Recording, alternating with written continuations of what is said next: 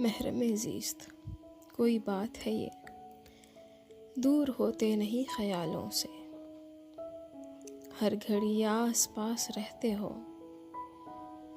आँख लगती है सोचते तुमको, आँख खुलते ही याद आते हो।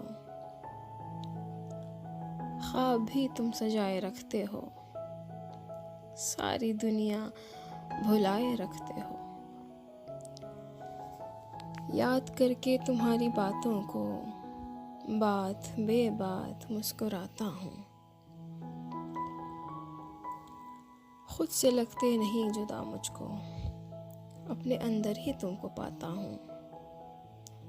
तुम मेरी सोच में ख्यालों में